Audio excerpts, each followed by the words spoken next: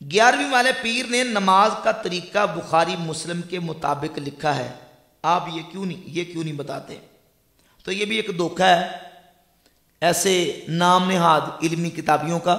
یہ دیکھیں، یہ کتاب اور طالبین ہے، پہلا چیپٹر غوث پاک سرکار رضی اللہ تعالیٰ نے الفقہ، فقہ کا لکھا ہے۔ آپ مجھے بتائیں کھول کے، جہاں نماز کا طریقہ غوث پاک نے لکھا ہے، کہاں انہوں نے لکھا ہے کہ بخاری مسلم میں چونکہ ایسے لکھا میں اس لیے لکھ رہا ہوں؟ بالکل نہیں۔ وہ تو جب نماز کا طریقہ لکھتے ہیں تو نماز کے طریقے میں یہ دیکھیے، یہ صفحہ نمبر 19 ہے میرے پاس، نماز کا طریقہ، نماز میں ہاتھ کیسے باندھ رہے ہیں۔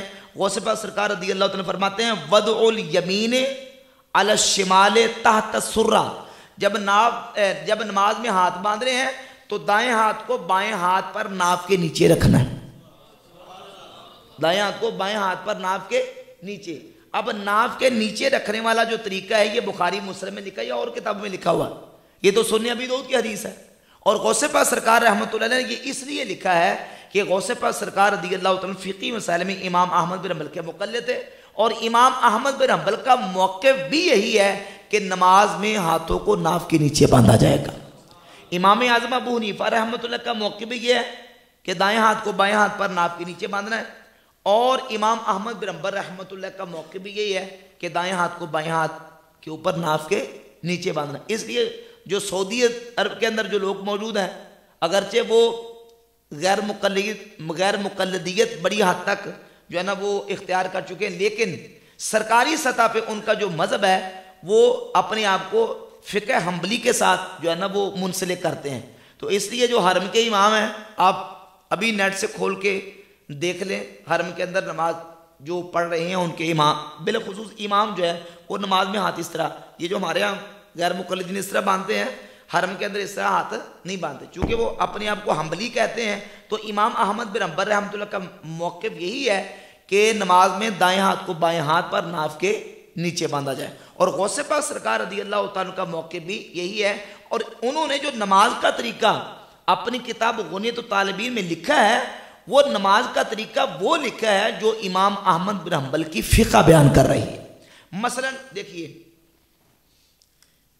شروع کرتے ہیں نماز کا طریقہ، تو وہ لکھتے ہیں کہ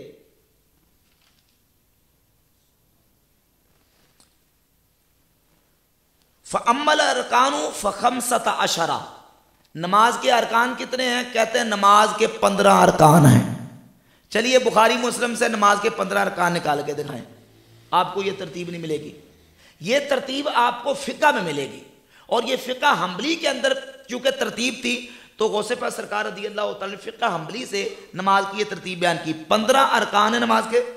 وَأَمَّا الْوَاجِبَاتُ فَتِسَعَ، فرماتے ہیں نماز کے 9 واجبات ہیں۔ فقہ حنفی کا موقف اور ہے، اور فقہ حنبلی کا جو موقف ہے وہ یہ ہے کہ 9 واجبات ہیں نماز کے۔ وَأَمَّا الْمَسْنُونَاتُ فَأَرْبَعَ، اور نماز کی 14 سنتیں ہیں۔